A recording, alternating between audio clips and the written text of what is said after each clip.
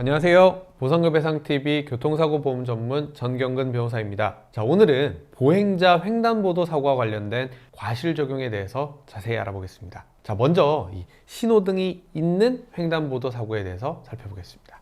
자, 자주 오고 가는 출퇴근길에서 이미 신호가 익숙하신 분들은요, 아마 녹색 신호가 들어오는 시점을 미리 예상하고 신호가 들어오기도 전에 미리 횡단보도를 건너시는 분들도 있고, 녹색 신호가 되자마자 바로 건너시는 분들도 많으실 거라고 생각하는데요. 자, 일반적으로 녹색 신호일 때는 보행자에게 과실을 적용하지 않지만요, 녹색 신호가 켜지자마자 즉시 출발해서 사고가 나면 법원은 경우에 따라서 일부 과실을 적용할 수가 있습니다. 자, 이렇게 과실이 적용되는 이유는 보행자도 이 주변 상황을 확인할 의무가 있다고 보기 때문입니다. 횡단보도를 건너는 중에 신호가 녹색에서 적색으로 바뀌는 경우, 차량이 신호를 위반했다면 보행자에게 과실을 적용하지 않지만, 보행자 신호가 적색으로 바뀌고 난 이후에 차량이 교차로에 진입한 경우에는 보행자에게 10%에서 20% 정도의 과실이 적용될 수 있습니다. 자, 그럼 적색 신호일 때 횡단보도를 건너는 경우는 어떨까요? 자, 주간에는 보통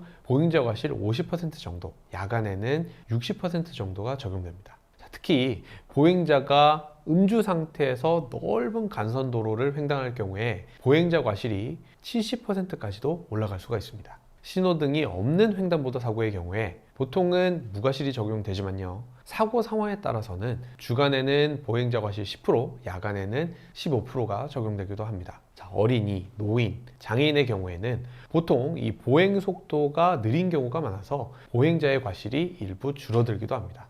횡단보도 근처 약 10m에서 20m 이내에서 무단 횡단 사고가 발생한 경우에는요, 신호등이 없다면 보행자의 기본 과실의 20%를 추가합니다. 신호등이 있다면 녹색 신호일 때는 보행자의 과실 20%, 적색 신호일 때는 40%에서 50%의 과실이 적용될 수 있습니다. 앞서 설명드린 이 과실 적용 기준은 일반적인 가이드라인이기 때문에 실제 사고 상황에서는 이 구체적인 세부 내용에 따라서 과실이 달라질 수가 있습니다. 자, 요즘은 블랙박스나 CCTV가 있기 때문에 도로 상태, 날씨, 가시성, 차량과 보행자의 속도 등 이 다양한 요소를 종합적으로 고려해서 과실이 결정됩니다. 자, 이런 횡단 사고에서 특히 주의할 점은요, 보행자가 안전에 주의를 기울이지 않았다고 판단되는 경우에 과실비율이 높아질 수 있다는 점입니다. 자, 예를 들어서 스마트폰을 보면서 걷는다든지, 이어폰을 착용한 채로 주변 상황을 전혀 보지 않고 걷는 경우, 이런 경우들이 해당됩니다.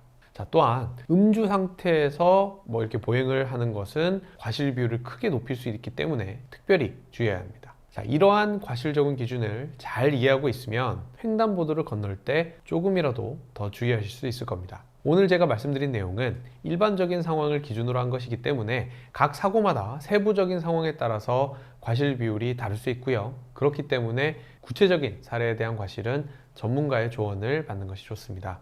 더 자세한 정보나 개별적인 사례에 대한 상담이 필요하시다면 보상급해상 홈페이지나 네이버 보상급해상 카페를 통해서 문의해 주시기 바랍니다. 또는 화면에 표시된 번호로 직접 연락 주셔도 됩니다. 오늘 영상이 도움이 되셨다면 구독과 좋아요, 알림 설정 부탁드립니다. 여러분의 관심이 저에게 큰 힘이 됩니다. 다음 영상에서 더 유익한 정보로 찾아뵙겠습니다.